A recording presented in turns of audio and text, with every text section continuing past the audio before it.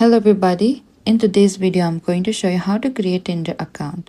First, make sure you already have downloaded the Tinder app, and after that you can tap on your Tinder, and over here you can choose create account, and here you can also type down your phone number and select next, and over here you are also required to enter your code, and over here also type down your email address and select next, and tap on the I agree icon in the bottom.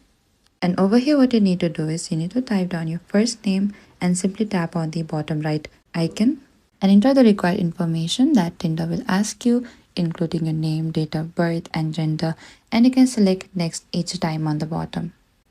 And you can also add your recent pictures and select next on the bottom. And that is it. This is how you can create a Tinder account. Thank you for watching this video. I hope I could help you. If you have any queries or confusion, please comment down below and we will reach out to you very soon.